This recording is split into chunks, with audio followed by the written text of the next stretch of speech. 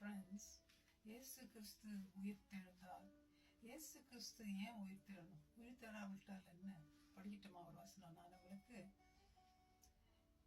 கிறிஸ்து எழுந்திராவிட்டால் உங்கள் விசுவாசம் வீணா இருக்கும், இன்னும் நீங்கள் பாவங்களிலே இருப்பீர்கள். 1 கொரிந்தியர் 15 பார்த்தோம். நம்ம விசுவாசம் நம்பருக்கு வீணா போயிட்டு இருக்கோம். பாவத்திலிருந்து விடுவிக்க யாருமே இல்லாம போயிருக்கும். இயேசு உயிர்த்தெழுந்த என்னத்தை நிரூபிக்குது? பாவத்தின் மேல அவருக்கு அதிகாரம் உண்டு, மரணத்தின் மேல அதிகாரம் உண்டு. மரணத்தையும் பாதாளத்தையும் ஜெயித்து உயிர்த்தெழுந்தார் இயேசு கிறிஸ்து.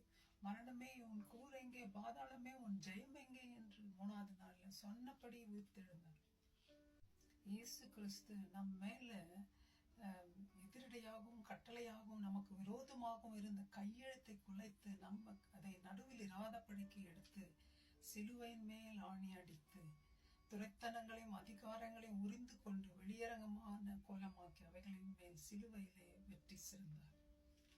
அவ்வளோ பெரிய தேவன் வெற்றி சிறந்தார். இது என்னத்தை நிரூபிக்குது? நம் வாழ்ற இந்த வாழ்க்கை மரணம் தான் எண்டு கிடையாது. மரணத்துக்கு பின்னாடி உயிர்த்தெழுதல் இருக்குதுன்றத ஆண்டவர் நிரூபிச்சார். பாவத்தை ஜெயிக்க உயிர்த்தெழுதல் மாத்திரம் போதாதுங்க. அந்த பாவத்தை எல்லாம் தம் மேல சுமந்து மறிக்கணும். மறித்த பிறகுதான் உயிர்த்தெழுந்தார் இயேசு கிறிஸ்து. பாவத்துக்கு ஒரு முடிவு கட்டினாரு. பாவம் நினைச்சுக்கிச்சு நம்மளை எல்லாரையும் அடிமைப்படுத்தி நம்மளை சாகடிக்கலாம். ஆண்டவர் உயிர்த்தெழலன்னா நம்ம பாவத்திலே அமிழ்ந்து மூழ்கி இருப்போம். ஆண்டவர் உயிர்த்தெழுந்து மூலமா நம்முடைய பழைய பாவங்கள் எல்லாவற்றையும் ஆண்டவர் கழுவினார் சிலுவையில். நம்முடைய பிரசன்ட் லைஃப்லயும் நம்முடைய ஃபியூச்சரும் ஆண்டவருக்குள்ளாக ஆண்டவர் நமக்கு பரலோகராஜ் போகக்கூடிய அந்த ரட்சிப்பின் மூலமா நமக்கு அந்த நித்தியத்தையும் ஆண்டவர் கொடுத்திருக்கிறார். நம்ம ஃபியூச்சர், நம்ம எதிர்காலம் ஆண்டவர் கையில எப்படி இருக்கு? சேஃபா இருக்கு. இயேசு எல்லாரும் செத்தவங்க எல்லாம் பார்த்தீங்கன்னா கல்லறையில தான் இருப்பாங்க. போய் அவங்கள நம்ம பார்ப்போம். ஆனா இயேசுவின் கல்லறையில இயேசு இல்லை.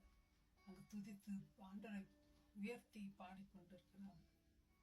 அது இருக்கு. இன்னும் ஆண்டவருடைய கல்லறை திறந்திருக்கு. ஆண்டவர் உயிர்த்தெழுந்து 500க்கும் மேற்பட்டவர்களுக்கு தரிசனத்தை இருக்கிறார். அவர் உயிர்த்தெழுந்ததை கண்டு இருக்கிறாங்க இந்த மக்கள் எல்லாம். ஆண்டவர் மரித்த பிறகு ஆண்டவரை யாரும் கொல்லலைங்க. அவரே தன்னுடைய வாழ்க்கையை நமக்காக கொடுத்தார் சிலுவையில். ஆண்டவர் தான் ஒரு ப்ரூஃப். மரிச்ச பிறகு மறுவாழ்வு இருக்குன்றதுக்கு. நம்ம செத்து போன ஆண்டவரை கும்பிடலைங்க, உயிரோடு இருக்கிற ஆண்டவர். அந்த ஆண்டவர் தான் நம்மளையும் உயிரோடு உள்ளவர்களை மாற்ற மனம் மாறு செய்கிறார். அவர் டிரான்ஸ்ஃபார்ம் பண்ண வைக்கிறார். நம்மளும் ஆண்டவரை போல பரிசுத்தமா ஜீவிப்போம். God bless you, my friends. Thank you. Bye bye.